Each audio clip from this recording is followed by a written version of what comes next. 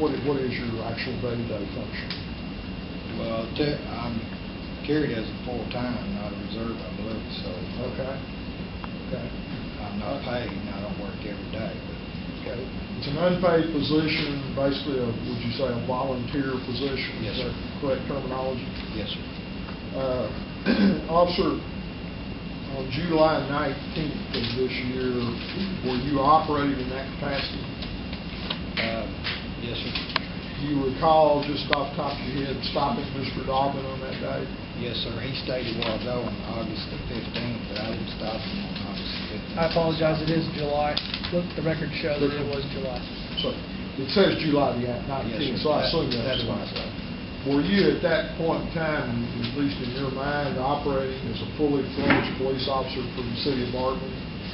Yes, sir. I've been carrying a state license from two folks for 17 years. Okay, sir.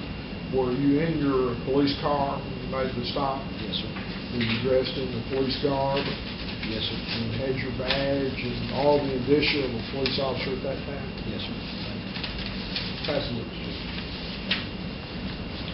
I'm going to be very blunt. Is it not true, though, that you were never appointed as either a reserve officer or a full-time officer at any point in your employment with the city of Bardwell? There's nothing in the law book that says I have to be appointed by the city council. I would have to disagree with that because the very director of licensing, and the letter is in the public record now, he does in fact cite state law that allows and requires. I don't think so. The law is pretty clear. It says that a general law city, type city, they must get. First things first. Okay. It is hearsay. Okay. Okay, because, and this is why. All right. Because it's a statement from someone who's not here tonight, Okay. and they're testifying, and you're Okay. using it to prove the truth of the matter asserted. Okay. So, and without the support of a business records affidavit, which you don't have, Okay. it's going to be hearsay, and it is inadmissible. Okay. It's a procedural problem. Okay. So it's not part of the record because I haven't admitted it yet. The hearsay objection is going to have to be sustained because it's hearsay. Okay. You can get them in, but you didn't get it in. You can Okay. continue with your line of questioning, Okay. but as far as this goes, I can tell you it's hearsay. There's also some problems with the fact that the witness isn't present, and he would be subject to cross-examination to determine whether or not he's even qualified to make those assertions. Okay. So your answer then would be that you don't know of any certain law on the books that requires an officer to be appointed? I worked for the city of Irving and the city of Frisco and the city of Princeton was appointed by the city council and any of them. Okay, but city of Irving is a home rule charter city. They have their own charter. Princeton, I'm not exactly sure about. What determines it, I'll tell you right now. What's is that? City policy, and there's not one written on it. Okay. Well, I believe city policy does not trump state local election law or local government code.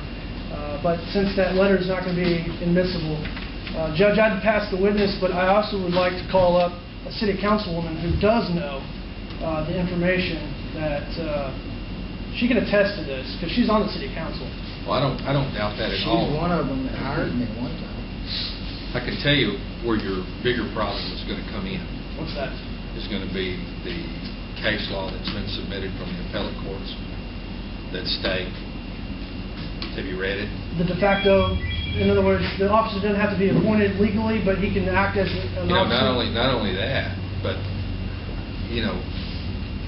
this is not a court of record, but I mean somebody might be reporting. You and I have known each other a long time. Right. And we've had conversations in regard.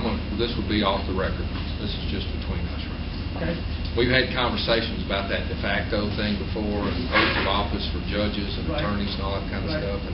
And I know you don't remember, but we had a discussion about that where I told you was that the appellate courts have said even if they were supposed to have an oath of office, which there's nothing in the Texas Constitution, according to the appellate courts, that require them to have one on file. But they've gone so far as